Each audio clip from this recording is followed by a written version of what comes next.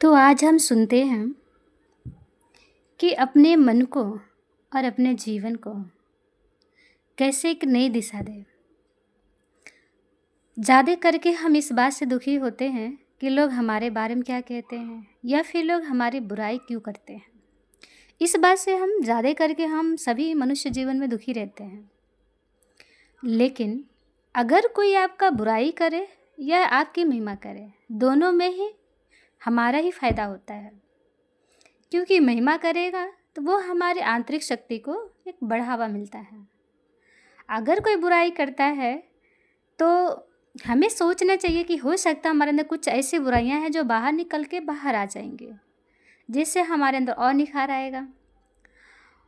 अगर बुराई कोई करता भी है तो कोई बात नहीं, करने दीजिए। जिसके मन में जो भरा है वही बाहर निकलता है।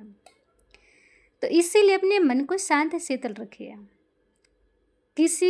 कोई आपके बारे में बुराई कर रहा है, आपका परचिंतन कर रहा है, उसके करने या ना करने से हमारे जीवन पे कोई फ़र्क नहीं पड़ता।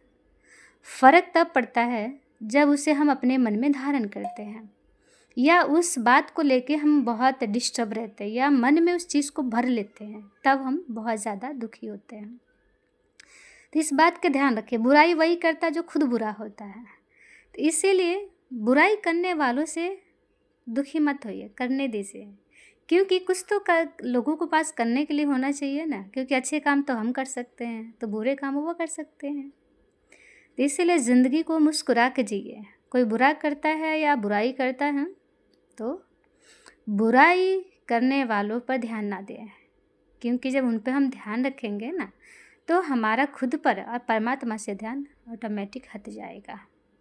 तो इसीलिए इस बात का हमें बहुत अटेंशन होना चाहिए कि हम कितना खुद पर ध्यान देते हैं या हम परमात्मा पर कितना ध्यान देते हैं। जब बुराई करने वाले पर ध्यान देते हैं तो वो बुराई एनर्जी हमारे अंदर आने लगती है।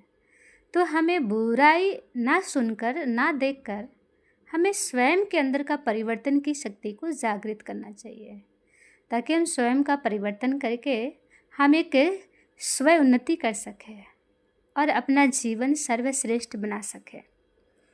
क्योंकि इस मन में हमें शब्द कैसे रखने, वो हमें ध्यान रखना चाहिए।